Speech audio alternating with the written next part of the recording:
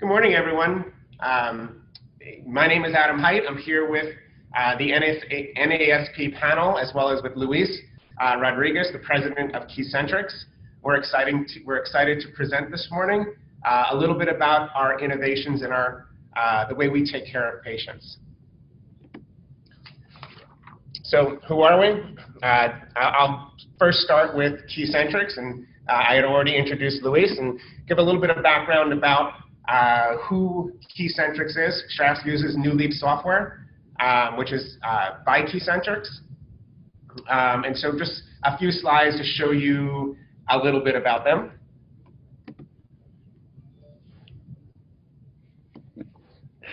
And New Leaf, why do I like it? I have 25 years experience. I've worked on SXC or used SXC, HBS, Promise, Intercom Plus, QS1, ScriptMed. I've used pretty much every type of software for pharmacy that's out there. And to be honest, and Luis did not pay me, I like New Leaf the most. It is a complete system. It allows us to ping a central database and bring back the benefits for a patient. It manages orders, not prescriptions. So we get the opportunity to essentially fill prescriptions that drop into a basket, and we manage the process through an order, not a prescription, allowing us to ship and be sure we have everything in the package. We can have numerous locations. You can have numerous prescriptions in the basket. It can be central fill. It also connects to Cover My Meds, and so prior approvals are relatively easy, as well as e-prescribing. So again, who am I? Adam Height, President, Schrafts 2.0. I'm a third-generation pharmacist, and our pharmacy specializes in the field of infertility. A little bit about Schrafts. We're licensed in all 50 states. We do both sterile and non-sterile compounding. We hold PCAB, URAC, NABP, and ACHC accreditations. We offer around-the-clock, 365 days a year support. And really, the objective of today's presentation is what we call connected care. It's a new platform, a new technology that we created that works in unison, in tandem with the New Leaf software. And I'll just read this, and I have a very brief video. If you ask any patient going through fertility treatments, they feel like it's their responsibility to get it right. I feel like maybe I've been really trying to not think about our miscarriage, not think about our fertility treatment, not think about our journey, not think about just everything that we've been through or that we're going through.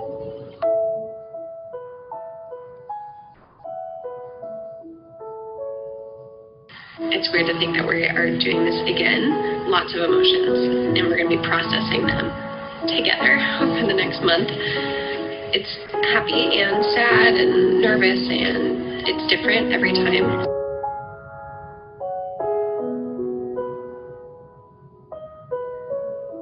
You have no idea what we're doing. Did you find it?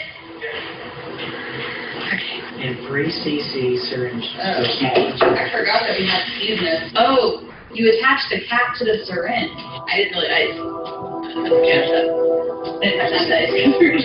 Internet? Okay.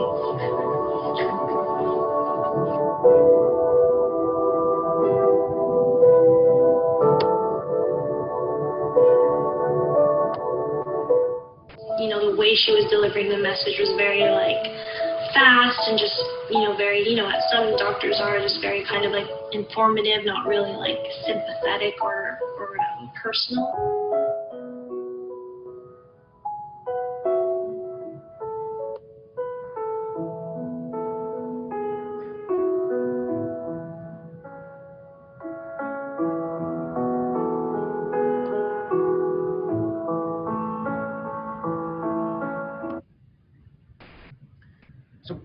When I grew up, the pharmacist was the most trusted profession in the country, the most accessible healthcare provider. As I said, I'm a third-generation pharmacist. My father and grandfather were called doc by the patients that came into their pharmacy. Today, the pharmacy has de-evolved into more of a distribution center of where the medications are stored and where they're shipped from. So taking a look at the current slide, the treatment journey, the number of cycles have increased, but due to many different reasons, the patient's experience has become more fragmented. They have to deal with the doctor, they have to deal with their nurse, they have to deal with their own insurance company who might have an approval process to manage. They have a pharmacy that might not be local to them, and in most cases is not. You have a lab that's reporting back to the clinic, and it's unfortunate, but the patient is the one that's supposed to manage all of those pieces and parts, because nobody is actually playing quarterback for the patient. Everybody's pulling in their own direction, and in the center is a patient. So let's take a moment to talk about fertility medications and the big difference between specialty and fertility. Fertility medications are acute. They're needed, they're very timely, and they're needed exactly for when they're needed. Unlike specialty, where the patient, the pharmacy can schedule the delivery for a specific time, fertility patients don't have that luxury. In addition, if you're, let's say, a diabetic patient, the first time you administer that medication, you may find yourself nervous or have some fear about doing it because you've never done it before. But over time, you're going to learn, and that fear is going to disappear because you're now, for lack of a better term, an expert at administering that medication. Fertility patients are unique here. They're all new. They come to the pharmacy or start a treatment protocol. They're in it for somewhere around 2 to 3 weeks total. And then they move on to the next part of their journey, or if some may choose to do it again. But the bottom line is they're new. And most of our patients are in their mid-30s. They've never had chronic medications to administer. They don't know how to use a syringe or a needle. Mixing is scary. The whole process is somewhat scary. And again, the patient is left to figure it all out. 65% of our patients still pay cash today. But that means 35% have coverage, but the insurance companies have grouped fertility as specialty. And they put prior authorization guidelines based on specialty when there's no time to get through the process. The patient is looking to start their cycle as soon as the doctor says go, but at the same time, they don't want to purchase the medications until it's time to say go. Excuse me. The clinics send the prescription to the pharmacy. As far as they're concerned, the patient's going to receive their medication. They may know about a prior authorization because they may have to fill out a form, but as far as they're concerned, they're going to make the assumption that whatever they wrote for, the patient has received. But that's not exactly correct. The patients who pay cash may choose to purchase less because they're trying to save money. The insurance company may have restrictions as far as quantities are concerned. And does the clinic know when the patient administers the medicines? They don't. Every clinic I've ever asked says as long as their lab values continue to go up, they make the assumption that the patient has used the medicine correctly at the correct time and has not made a mistake, but there's no one actually managing that process. As far as the pharmacy is concerned, they receive the prescription, they navigate the approval process, they distribute and send to the patient, and that's the end of it. The patient now has medications at home. They are told approximately how much they have to administer, but nobody's actually guiding them through this process. No one, as I said, is playing quarterback. Again, the clinic makes the assumption that the patient knows how to administer the medicines. The majority of clinics today point the patient to videos available online to learn how to do the mixing, to learn how to store the medicine. I've actually talked to a number of pharmacists who have said out loud that as soon as they receive the credit card from the patient and they put the medications in a box, they hope never to hear from that patient again.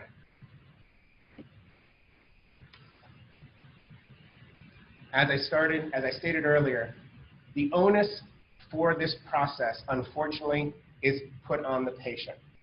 The lack of an aligned patient care team results in higher stress, more medication waste, higher cost, and potential for more negative outcomes. Let's take a moment and just go back to that medication waste. Why does it occur?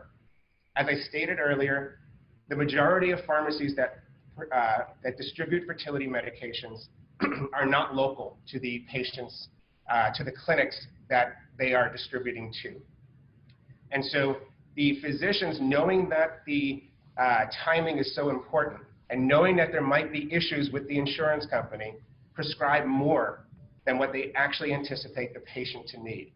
And they ask the patient to purchase it to ensure that they never run into a position where they get a phone call Saturday night at 10 o'clock saying, I don't have this medication, what am I supposed to do? And in that case, most of the time, the patient's cycle will be terminated, and therefore all of that time, effort, emotional stress, psychological stress is now lost on a failed cycle. This is something I've said many, many times. Most pharmacies believe their job ends when they deliver the medication, and that's where we are completely different. We deliver the medication, and then our job begins. So how do we reinvent ourselves? And this is something we've talked about here at Schrafts for the 3.5 years since we've returned to this industry. We do it through technology. We do it through being more innovative. And so we created what we call connected care, reinventing the pharmacy experience by connecting all of the pieces and parts of our ecosystem. Where does it start? With New Leaf. Our software does not fill prescriptions. Our software doesn't ping a national database to get the benefits.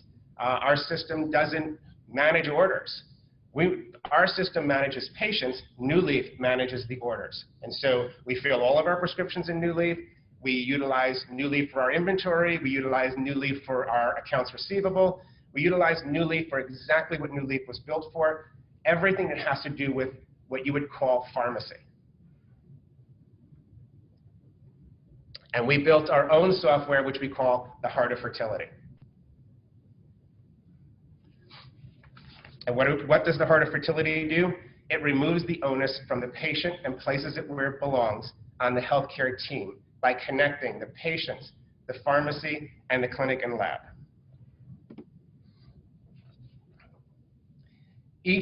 And I have a few screenshots of the Heart of Fertility here, but keep in mind the clinic will have their own view, meaning that there's tons of detailed information that we can see here at the pharmacy, but not every view is what is needed. And so the clinic will see that they sent in an order, a referral, a prescription. We send back that we received it. We let them know where the referral sits in our system, electronically, of course, that it's being pending, or it's prior auth required, or we've actually shipped it, and here's the tracking number. The clinic then can keep track to ensure that everything that they've written for has been dispensed, or if it was something different, what was dispensed. We keep track of the inventory because we know what we dispensed. When we get to the patient view, the patient's view is a calendar which shows, and I'll actually move forward, it's a calendar that shows when they're supposed to take their medications. The calendar is put together at the clinic and goes automatically to the patient's app. The app sends calendar reminders to the patient to remind them you have to administer this medication in 15 minutes or in 30 minutes, depending on what we set it up for. We ask the patient to attest that they've utilized or administered those medications. Therefore, we can keep track of their inventory. So again, just to back up a second, the clinic has a view where they can see where the order resides, as well as what was dispensed to the patient if they want to drill down in that order. The patient has a view that sees the treatment protocol that the physician has prescribed. It gives them calendar reminders so they don't forget to take their medication. And we ask them to attest that they utilized or administered that medication again, keeping in mind that the goal is for us to get these details so we can proactively manage the patient through their 10 to 14-day cycle. Every single interaction with the patient is documented, from their insurance verification to a new order, to onboarding the patient, to a complaint, whether it's clinical or non-clinical, to their care plans. Every single interaction with the patient, we document, we report on. We're looking to better proactively manage the patient through this process. A program that we started even before we built this software called Open the Box. Patients, as an example, go to their physician for fertility treatments, and they are poked, they're prodded, they're treated like a science experiment. The physician then says, I sent the prescription off to this pharmacy. They're going to call you. Please get your medications by next week. And away they go. As per OBRA guidelines, as a pharmacist, we have to ask the patient when we take their order, do they have any questions for the pharmacist? And 99 times out of 100, the answer is no, because the patient has no idea what they're about to get into. They've never, as I said earlier, most of them have not utilized chronic medications before. They don't know about the syringes and needles, the storage, and they're just exhausted. They just spent an entire day at a fertility clinic getting a full workup. So they just give us their credit card, we set up the delivery, and we deliver the medications. And then the patient receives this big box with ice packs, and some of the stuff inside is refrigerated, some's not. They start to see these different vials of medication, and they start wondering to themselves, can I really do this?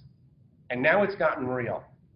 And so when we schedule delivery, we schedule a video call that we call Open the Box. And the objective is for our clinician to connect with the patient after they have the medications. That way, when they now have all of these questions, they can ask them. They know that this call is scheduled. And so there's less fear when they open up the box the first time and realize, oh my God, can I do this? Oh, that's right, they're going to be calling me later today, and we're going to have this conversation. And so our objective, again, remove the fear, give the patient the confidence that they can actually go through this process and go through it successfully. And so what are the results? In Q1 of this year, prior to COVID, we ran a pilot program in a few clinics looking at the quantity of medication that the physician prescribed versus the amount of medications we dispensed after the cycle was complete. And we had to ask permission from the patients because we were going to hold back their medication. Most of the patients were paying cash, so there was a benefit to them not to purchase this medication. But what we did is we managed the patient using our technology, so no patient got left behind. And I just want to reiterate that. Since inception, we have lost 0 cycles due to a pharmacy-related issue since we've started using this software. So we documented a 42% savings on FSH, Follistim and/or GONAL-F, a 41% savings on Menopur, and the antagonist a 37% savings. Those are the only 3 that we actually did waste management for, which is why all the other ones in this chart show 0. But keep in mind, average IVF cycle is somewhere between $4,000 and $5,000 to the cash payer. Total cost of those drugs is closer to about $10,000 to $12,000. We're showing nearly a 40% savings in this group just because of the software that we were using and to manage the patient more appropriately. That's thousands of dollars per patient in savings. And patients are happier. In the last 2 years, we have over 3,000 patient survey reviews with an average score of 9.8 out of 10. That's something that we're quite proud of here. We continue to receive birth announcements as well as pictures of newborns, which from a pharmacist perspective is pretty special where a patient who went through a process, a treatment cycle that lasted maybe 2 weeks, where they were with us for that period of time, unless they continued to get some of their ancillary medicines for us for a bit longer. But they remembered us. They remembered who we were and how we helped 9 months later. That's pretty awesome from my perspective.